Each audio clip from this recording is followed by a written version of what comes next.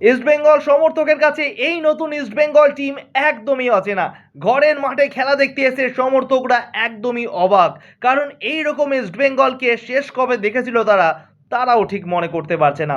কারণ শেষ কবে ইস্টবেঙ্গল একটি ম্যান ডাউন থাকা সত্ত্বেও আইএসএল বা অন্য কোনো বড় মঞ্চে কঠিন প্রতিপক্ষর সাথে ম্যাচ চোখে চোখ রেখে লড়াই করেছে, কাটায় কাটায় লড়াই করেছে, ইঞ্চিতে ইঞ্চিতে জবাব দিয়েছে, এবং ইস্ট বেঙ্গলের সব কটি প্লেয়ার যে ফিট এবং হিট তা আজকের ম্যাচে বুঝিয়ে দিয়েছে।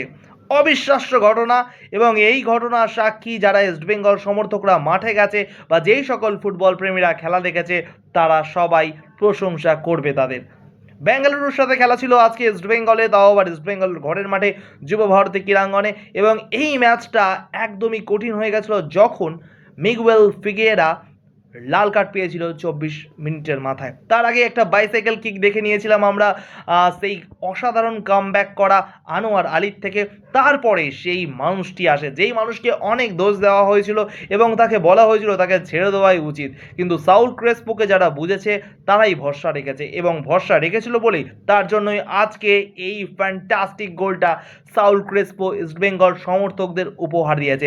সে যদি সেই মিনিটের মাথায় ডবল শট না করে গোলটা না করতো তাহলে কিন্তু ইস্টবেঙ্গলের আজকের এই কামব্যাকটা হতো না। এবং তার থেকেও অবিশ্বাস্য ঘটনা, অ্যান্টন, যেই অ্যান্টন ডেনমার্ক থেকে উঠে আসে, যাকে দেখে সবাই কিন্তু অপছন্দ করছিল এবং অপোনেন্ট সমর্থকরাও হাসাহাসি করছিল, এ কি প্লেয়ার, শুধু মাঠে দৌড়েই যাচ্ছে। কিন্তু আজকে যেই অ্যান্টন কাজটি করেছে সেইটি কিন্তু সত্যি প্রশংসনীয়।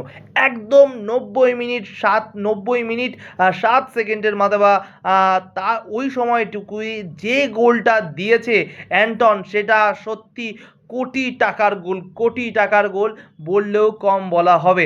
কারণ এই যে গোলটি বা আজকের এই যে ম্যাচটি সেটা কিন্তু অবিশ্বাস্য। কারণ যখন মিগুয়েল রেড কার্ড থেকে বাইরে চলে যায় ঘরের মাঠে, তখন অনেক সমর্থকই হয়তো মুখ ফিরিয়ে নিয়েছিল এবং আশা ছেড়ে দিয়েছিল। কারণ আমি বলে দিই, বহুদিন পর ইস্টবেঙ্গল লাল কার্ড থাকা সত্ত্বেও ইস্টবেঙ্গলের একটি প্লেয়ারের সে কামব্যাক করেছে, 3-3 ড্র করেছে, 1-1 ড্র নয়, 2-2 ড্র নয়, 3-3 ড্র। এটা কিন্তু কোনো ছোট্ট খেলা নয়, কাজের কাজ দেখিয়েছে, এবং ইস্টবেঙ্গলকেও কিন্তু পেল স্ট্রংলিভাবে বহু বছর পর মোহনবাগান। হয়তো ডার্বি আমরা একটা সলিড ডার্বি দেখতে পাবো, এবং ইস্টবেঙ্গল পয়েন্ট টেবিলে 3 নম্বরে উঠে আসলো।